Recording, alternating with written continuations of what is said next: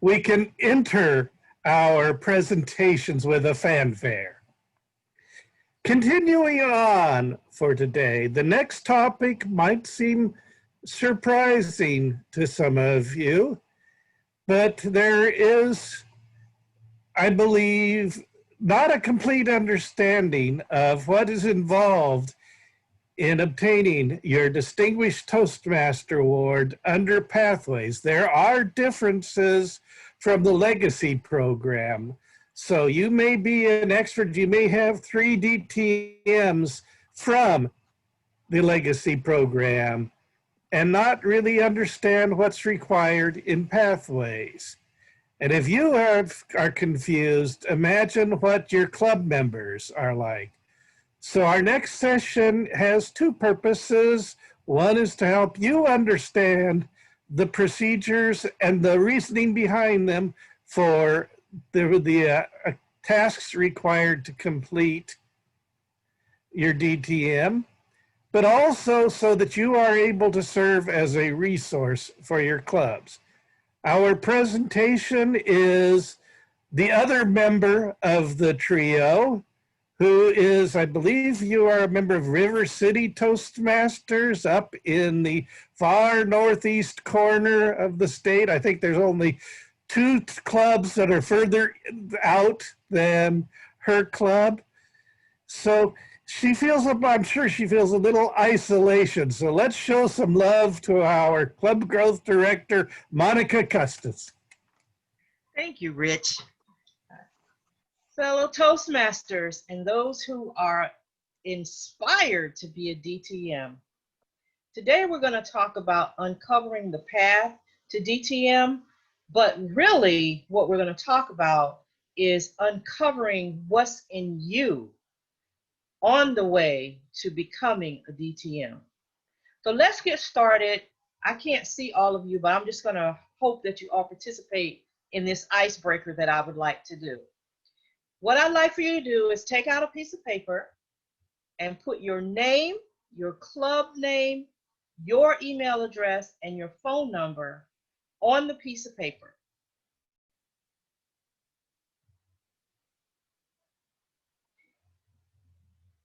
Now, while you're doing that, I also want you to think about someone that you think might be here, or look in the chat and pick a name. We're going to do a magic trick.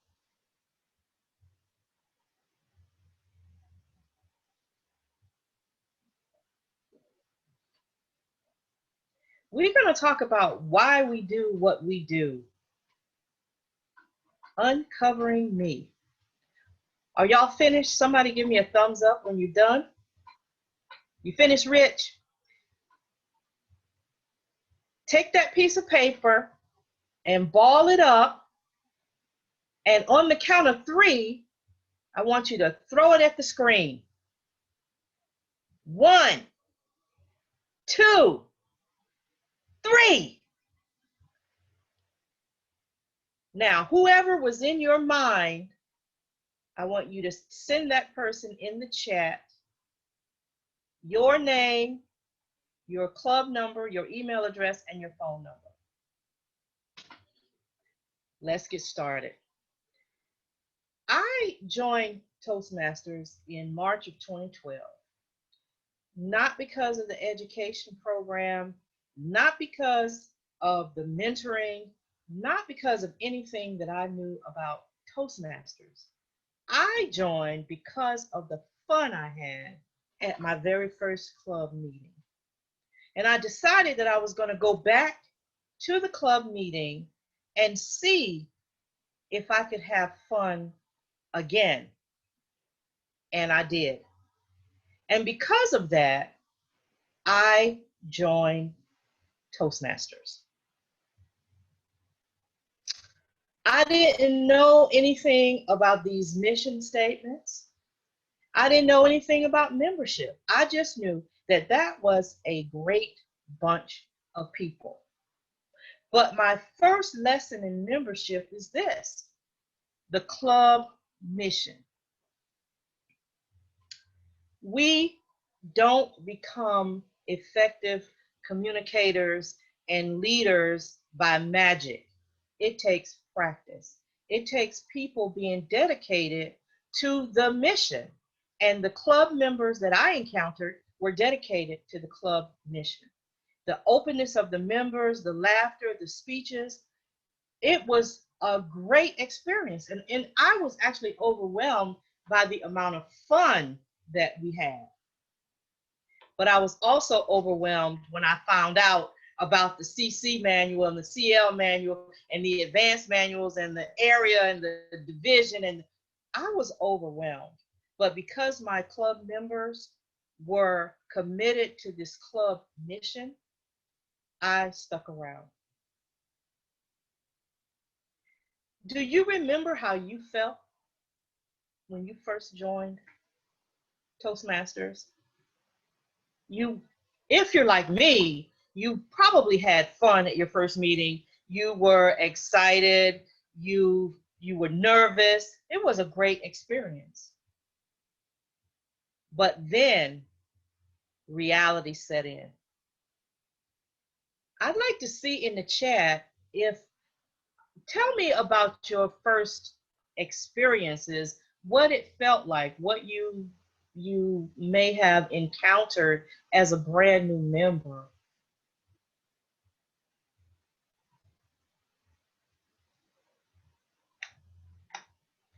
I'm looking, hold on, y'all.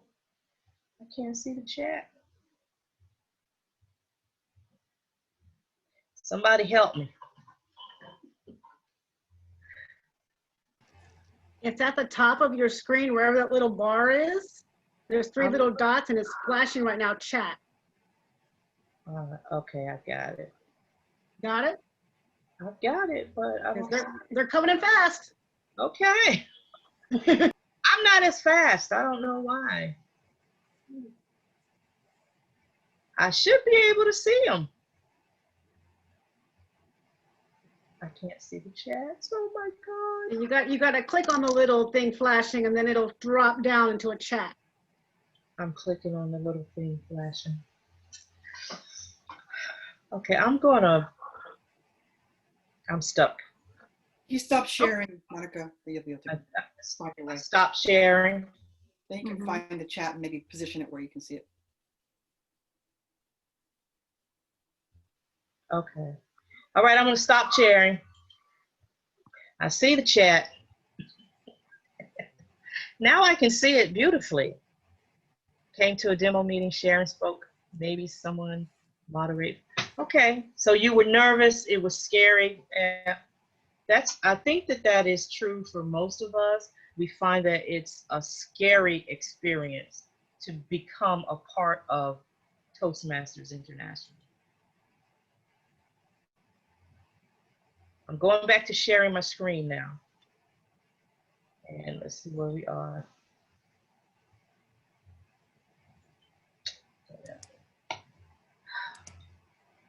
Okay, why am I being challenged with the technology today? I think it was my Hall's inspiration thoughts. Now it's like, it's getting to you now. But you got this. You got this. Okay. As members of Toastmasters International and a part of a club, and one of the things that we uncover about ourselves and about being a part of the membership is, are we planning to stay true to the Toastmasters promise, the promises that we made? And I know for me, I had several people join at the same time I joined, and most of them did not last till the next renewal period. But I was in it because I made a commitment. And as I read through the materials and I saw this promise, I thought, what in the world? What kind of organization is this that would have members make a promise to just to do stuff, just to be a part? You promise. But then I realized the reason that they have you promise and they bring this to your attention is because of what happens when the newness of being a member wears off. When the newness wears off, that is when you discover your level of commitment. So the first part on this track to becoming a DTM is uncovering your commitment to Toastmasters International and to your club and to fulfilling your promises. Why do we do what we do? Because we promised, we made a commitment. I didn't know about the learning experience, and most of us don't know what that means. Imagine this though. You're at a wedding and the bride and the groom are taking their vows.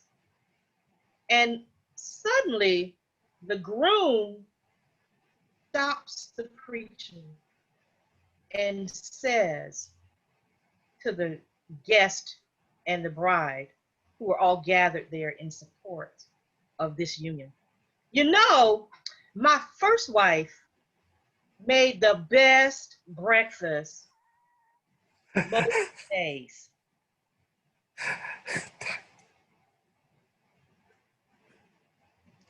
That is what it feels like to me when I hear someone who's familiar with the traditional program talk about it when they should be talking about pathways.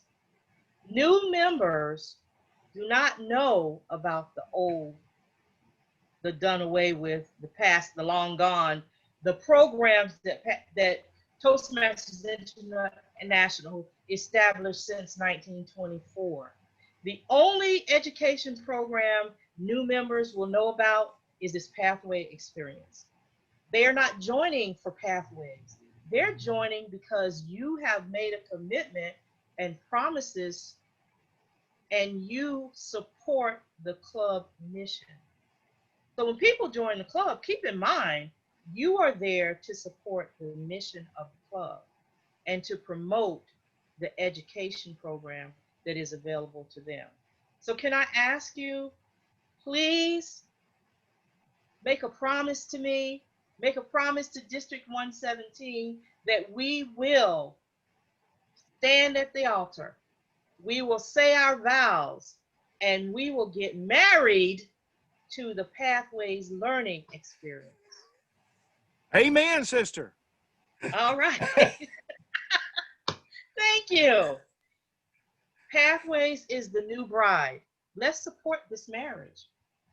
Help members embrace this Pathways learning experience. And as you heard earlier today from Rich about the program, we are looking at the Pathways adoption rate. And part of the reason, in my humble opinion, that our Pathways adoption rate is not as high as it could be is because the bridegroom is still talking about what his first wife did. Let's stop that.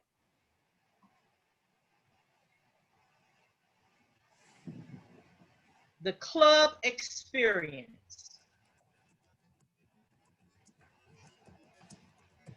This experience uncovers. This experience, we have the scales that balance Toastmaster standards versus the club culture. We learn that each club has its own culture, and that is great because you get to experience variety and excitement on different levels with different people. The club culture is important, and it is an invaluable experience to all members. And we have to keep in mind that when we go to other clubs, they're not going to do things the way our club does it. But what we can expect is that the Toastmaster standards will be upheld. You guys agree? We have standards to follow, and then we have the culture to maintain. We have to provide an environment for our members where they feel safe, and they can come and practice. And depending on the culture of your club, we have to evaluate, do our members feel safe? Are we upholding the club mission? So I'm gonna try this chat thing again. I'm gonna stop sharing so I can see the chat. I think that's what I have to do. Hold on. I don't, okay, Ramona, you said click on the light. I'm gonna click on the light so I can see the chat. You guys, this is. If not, Monica, I can read the chat for you. Ramona, would you please read some of the chat for me? I will, after you ask a question. As we talk about the club experience. And my question is related to, does your club provide a safe place to practice the skills that we're developing? And does it maintain the standards over the culture?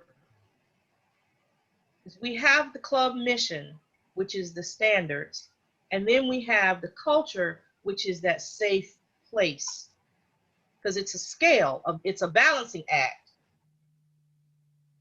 What are you seeing, Ramona? I see a post from Martin. Think of it in terms of golf. The R and A define the golf rules, but each golf club is different. Yeah, that's a great analogy. Thank you, Martin, for sharing that. Shirley said, yes, safety is important. It's important. And this club experience uncovers our understanding of excellence. We are establishing excellence in our clubs. And to maintain the Toastmaster standard is to maintain a standard of excellence. I have something from Maxine. Absolutely. Toastmasters promises quoted by all at beginning of each meeting. Yes, yes. And not only Toastmaster standards, but the club mission statement. And we heard earlier in the Moments of Truth that Ryan presented as part of the area visits presentation. One of the questions is the club mission statement recited at every meeting? Is the banner displayed? There are standards of excellence, and we are learning them, and we are uncovering our acceptance of excellence as on our way to becoming DTM. We need to know how we feel about this maintaining standards of excellence.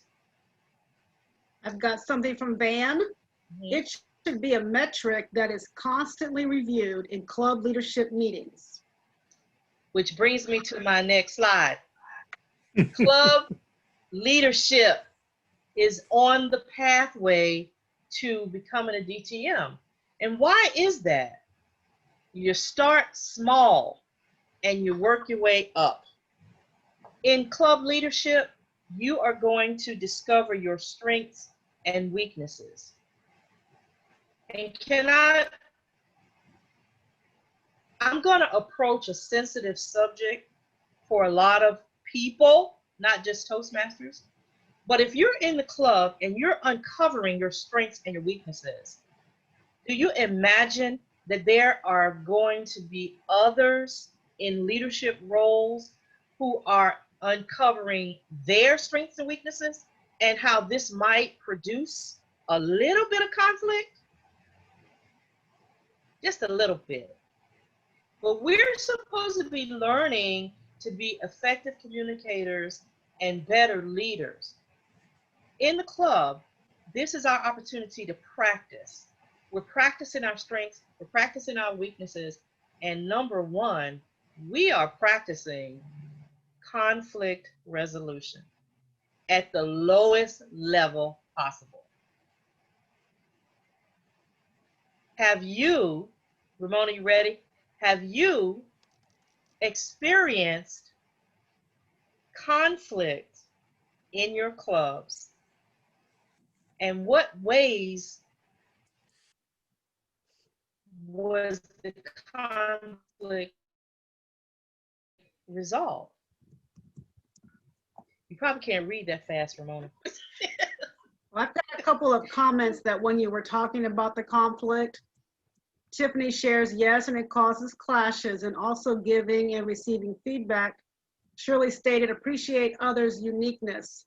And now I'm awaiting the response to your question about, did they experience conflict and what was the resolution? I think everyone has a story. I mean, everyone. And I know, and I feel confident that everyone has a story, but at the club leadership, this is where we practice and we can perfect conflict resolution. You're a leader. We have to learn as leaders not to take feedback, criticism, we can't take it personally. How in the world can you be at the club level, be a leader, and you hope to be at the international level as a leader, and you have not learned to take feedback and criticism? There's a long journey on this road to becoming a DTM. And as a DTM, you better get ready to learn how to take criticism. Because as soon as you put DTM on the back of your name, first of all, you're expected to know everything. And if you don't know everything, you're going to get criticized for not knowing everything. That's an unrealistic standard. It's an unrealistic expectation, but it is what happens. So we're learning leadership and we're understanding our strengths and our weaknesses, and we're uncovering how to manage conflict at the club level. Are you ready, Monica? I'm ready. Some of the responses, yes, meeting with persons individually to see what is behind the conflict. That was from Helen. Okay. And then our very own Rich. I've had differences of opinions, but nothing ever escalated. I'm trying to get my chat to move. They're coming in fast. Now they're too fast for me. They are, literally. I highlight it too, trying to scroll. But nothing ever escalated to the level of conflict. We've generally been able to act as professional adults. That was from Rich. Josh mentions personal conflicts where one member doesn't feel valued by another at the club meeting. Tiffany mentions club officers step down. And then we have the very bottom. And let me say, club officers, if you're in a club officer role and you're considering stepping down, don't do that until you speak with a leader, your area director, your division director. Take your concerns to your leader, to the district leaders. That's what we're there for. We're here to help, and we want you to get the experience of being a leader. We want you to understand, and we hope that you will succeed in that role. So don't just quit. Think about it and reach out to someone to talk to before you quit. Monica, you have a few more messages here. Shirley shares the importance of helping everyone with evaluations and how to give and receive feedback. Ryan shares, yes, one way I've handled conflict is by revisiting the set standards and expectations and describe the gap and open the dialogue for others. Shirley also mentions most conflict is rooted in miscommunication. Wow. And then Tiffany shares good advice, Monica, and I think that was referring to your don't step down, don't quit, give another leader an opportunity to help you. Yes. So we're uncovering our strengths and weaknesses at the club leadership level. The Distinguished Club Program, the Club Success Plan, can you follow a proven plan? Can you lead a team? That's what this is about. As you grow and you mature in your skills and your communication and leadership skills, as you grow, you're asking to be more involved. You're asking for more responsibilities. And the Distinguished Club Program and the Club Success Plan are the ideal tools to help you develop your leadership skills. So you're uncovering your ability to lead. And at the club level, and I'm gonna have to get kind of scriptural here, if you're faithful in a little, as the good book says, you tend to be faithful in a lot. So we're looking at, how do I lead this team? Am I faithful to do what I'm asked to do in this Distinguished Club program? Am I faithful to them, to support them, to provide guidance? You are uncovering about yourself. Can you lead a team?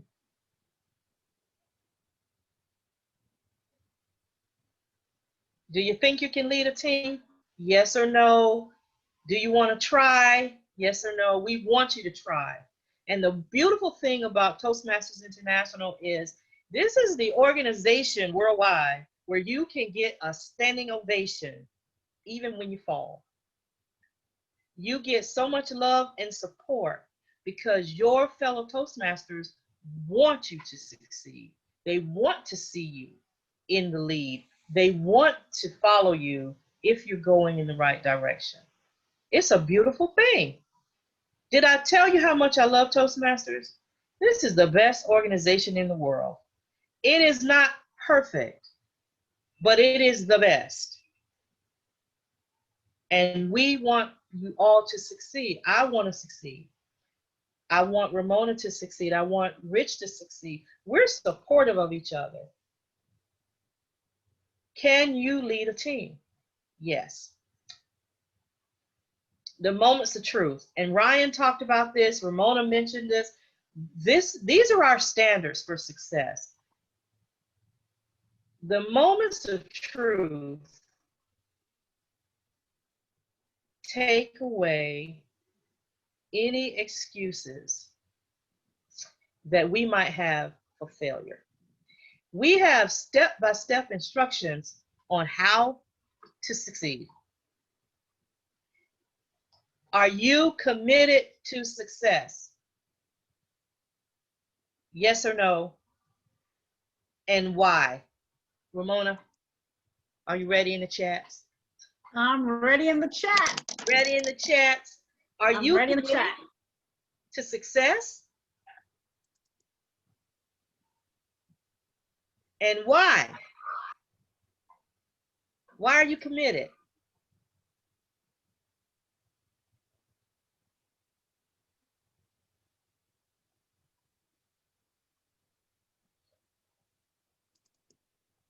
Anything? They're just typing big messages is what it Oh, is. don't. Here it Okay. comes. Okay. I'm just, Helen says, yes, I like to see others succeed. Steve says, failure is boring. Prasad, no one wants failures. Shirley, yes, because helping others is so rewarding. Josh, I'm committed. My fellow Toastmasters have held me up, and I hope to hold up others like they did for me. Donella, yes, I'm committed because I was raised to not start something I'm not willing to finish. You need to put that in the chat about 50 times. That's great. For When everybody I first joined Toastmasters and discovered the moments of truth, what I would do is take the moments of truth and I would go to local businesses. Like I'd go to my beauty salon, or I'd go to the beauty store, the beauty supply store, and I would go down the list of, are they doing these things? And I was amazed that I had a step-by-step list of how to be successful, and these business owners did not follow the step-by-step list of how to be successful. Do you know how important it is to greet your guest? But businesses were not doing it. And I'm not talking about Toastmaster stuff. I'm just talking about every day I'm out about town reviewing the moments of truth to see if there's any value to these lessons that I'm learning as a Toastmaster. And I want to tell you, these are valuable lessons. This is valuable stuff. This is priceless stuff. We have information at our fingertips that we get, and it works around the world. These are principles that work everywhere you go. So the moments of truth uncover your commitment to success. Then you move up to the district leadership. Are you ready to serve at a higher level? As I said before, you can't do it at the lower level. You're really going to be challenged at the higher level. But that's why we follow this specific path to DTM, because we're learning along the way what we can do, what we're willing to do. And serving at the higher level uncovers your motivation. What are your motives? Are you thinking about the bigger picture? Are you thinking, well, it's all about me? Because if you serve at the district level, you can't think about you. It's the big picture. It's the whole group. It's all of us. And that is why one of the requirements is to serve at the district level. Think bigger. Do you find yourselves thinking bigger as you move up in responsibilities? As area directors, as division directors, do you find yourself thinking bigger? Now, my friend, Ruby is my best friend. Ruby thinks big. Ruby, I hope you don't mind me talking about you, but I'm so, I just am so honored that you take the time to share with us your ideas, your vision, your concerns. I know Ruby has a big picture mentality, and it motivates me to think bigger, because I got to think bigger than Ruby. And everything I'm working on, I go, what is Ruby gonna say about this? Not because I want to, she thinks big, and I have to think big. As a district leader, this is what you learn, and this is what uncovers how you feel about your group, your club, your area, your division, your members. And yet we fall back on, what is the club mission? But now we have to look at, what is the district mission? We're building clubs. We're assisting all clubs to achieve excellence. All clubs to achieve excellence, that's a tall order. So we have to think big. And there's a handbook for it, which I love about Toastmasters. There's a handbook for just about everything. No excuses. Can you replicate success as a leader? Can you repeat your understanding of knowledge and skills? Can you impart that wisdom? Or are you a one-hit wonder? You can only bring your club to DCP goals, to be a distinguished club, to be a select distinguished or president's distinguished. Can you replicate that? That's what it means. Mentoring matters. Can you make that happen throughout the district?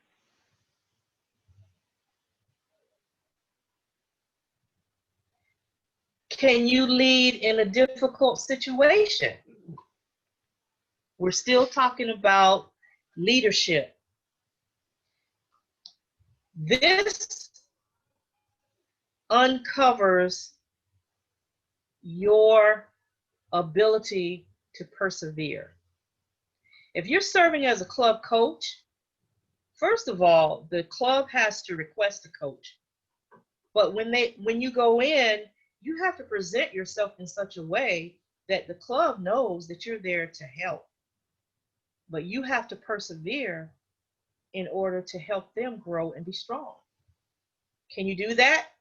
As a club coach, you're uncovering your ability to persevere through tough times. The question is, can you stand the rain? Can you help? How to sponsor a new club? We're sharing the message. And again, I'm going back to preaching because we're sharing the message. We're preaching the gospel of Toastmasters around the world. And it is good news. And we want to help sponsor new clubs. We want to share this program with everybody we meet. I know about me, and I know how this program has changed me and how it has helped me in my personal growth. I can't even imagine not telling people how wonderful this program is. Is there somebody who you have influenced? Ramona, let's look at the chat. Let's see how many people can name one person that they have influenced to join Toastmasters and they know that person has changed. I'm on standby. Susan Marshall, Okay. my son. Okay. Yeah, thank you, Susan.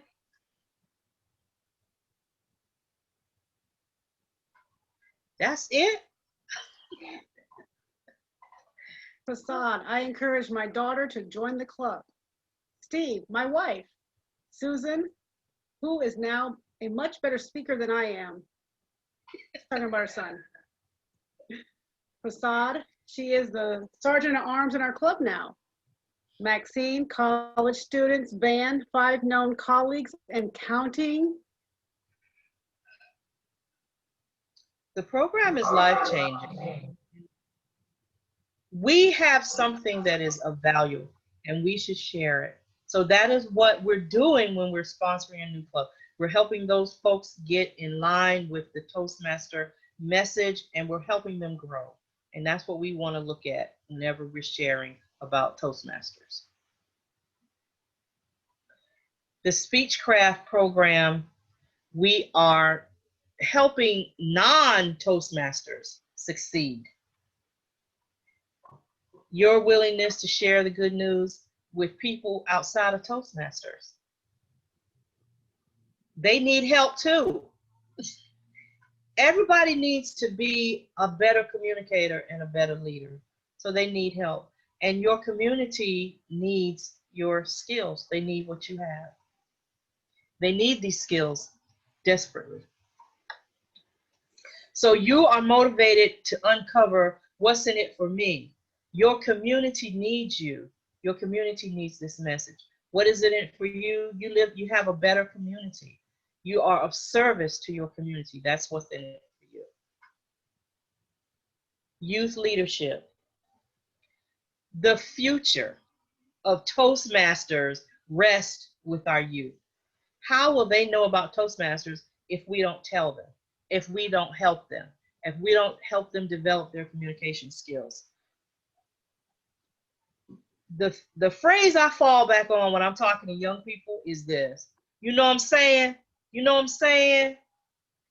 Then I go, no, I don't know what you're saying. Young people need us. They need us to teach them how to say what it is they want to say. We are the future. So we're uncovering our commitment to the future with our youth leadership program.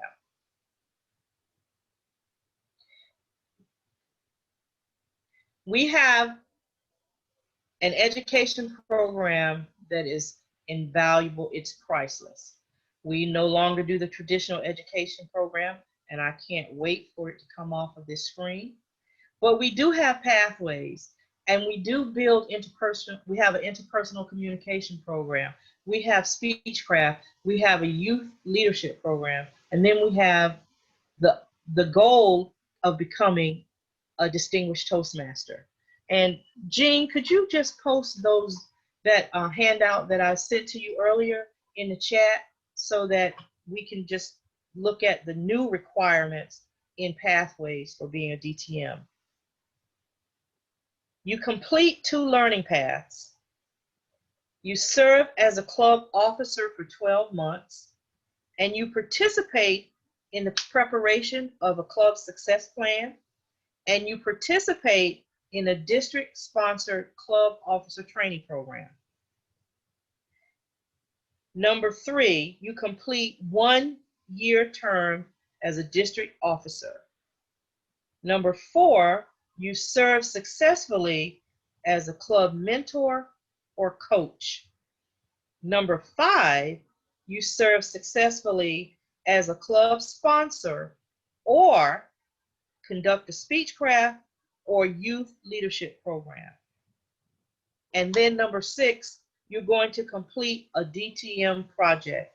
And all pathways have some type of DTM project requirement that must be fulfilled.